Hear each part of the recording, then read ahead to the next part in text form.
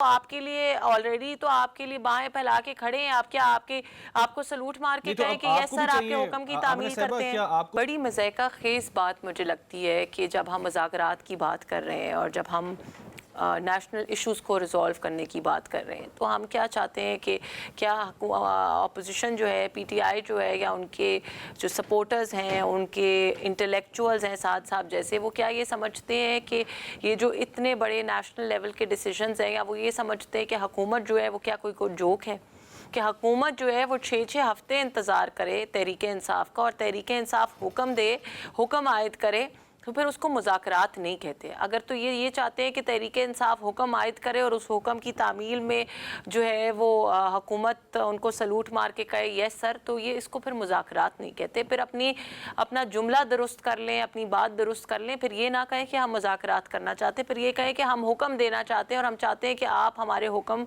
के आगे सर झुका लें।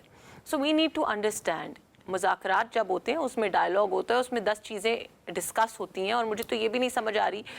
अब आज मैं सुन रही थी इरफान सिद्दीकी साहब ने एक बात की, उन्होंने कहा कि जी पीटीआई वालों को ये कहाँ से पता चल गया है कि हुकूमत कमीशन नहीं बना रही। मैं उनकी बात को एक स्टेप और आगे लेके जाऊंगी। अफसोस इस बात का है कि जो बातें मैं आज से 2 महीने पहले करती रही, आज वो सारी बातें सच साबित हो रही हैं, क्योंकि ये मेरा नहीं ख्याल कि सवाल ये है कि उनको कहाँ से पता चल गया कि कमीशन नहीं बना रहे।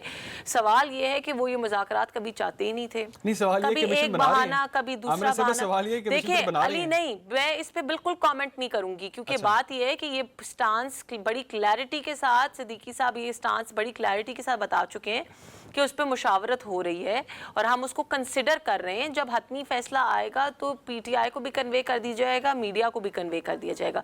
ये जिस तरह हम मीडिया हाइप चीज़ों की क्रिएट कर देते हैं, उसके ऊपर कोई हतमी फैसला होने से पहले, ये पीटीआई का अनफॉर्चुनेटली यही वतीरा रहा है। मुज़ाकरात वो कभी करना नहीं चाहते थे। पहले उन्होंने बहाना बनाया हुकूमत को बुरा भला कहने का, उसके बाद उन्होंने बहाना बनाया चार्टर ऑफ डिमांड्स ना पेश करने का।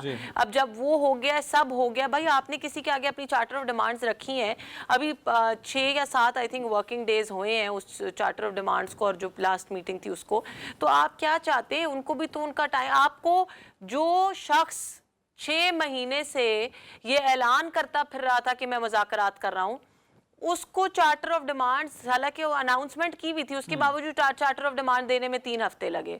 तो मुझे ये बताएं भाई, आपने किसी को चार्टर ऑफ डिमांड दिए तो क्या वो आपके लिए ऑलरेडी तो आपके लिए बाहें फैला के खड़े हैं? आप क्या आपको सलूट मार के कहें कि यस सर आपके हुक्म की तामील करते हैं? क्या आपको भी अब 3 हफ्ते चाहिए कमीशन के क़याम मैं के ये लिए? नहीं कह रही कि 3 हफ्ते चाहिए, लेकिन मैं ये कह रही हूँ कि अगर 2 हफ्ते लगते हैं, 3 हफ्ते लगते हैं या 4 दिन लगते हैं, बात ये है कि ये बड़े सेंसिटिव मैटर्स हैं। इसके अंदर इंस्टीट्यूशंस की इन्वॉल्वमेंट है, स्टेट की इन्वॉल्वमेंट है, बहुत सारे सवाल जवाब हैं, बहुत सारे सेंसिटिव मैटर्स हैं, पॉलिटिकल सिचुएशन देखनी है हमने और बहुत सारे फैक्टर्स देख के ये डिसीजंस लेने हैं ना। ऐसा तो नहीं है कि हुकूमती लेवल पे ऐसे डिसीजंस जो है जी क्योंकि पीटीआई ने कहा है तो हम हुक्म की तामील करेंगे। ये इनके जो चमचे हैं और इनके जो पेड इंटरनेट ट्रोल्स हैं, ये तो शायद इमरान खान साहब के हुक्म की ऐसी तामील कर सकते हैं, पर हमारे लिए ही इज़ अ क्रिमिनल। अगर हम आज उनसे बात भी कर रहे हैं तो बात अवाम के लिए कर रहे हैं, पाकिस्तान के मफाद में कर रहे हैं, इमरान खान की मोहब्बत में उनसे बात नहीं कर रहे।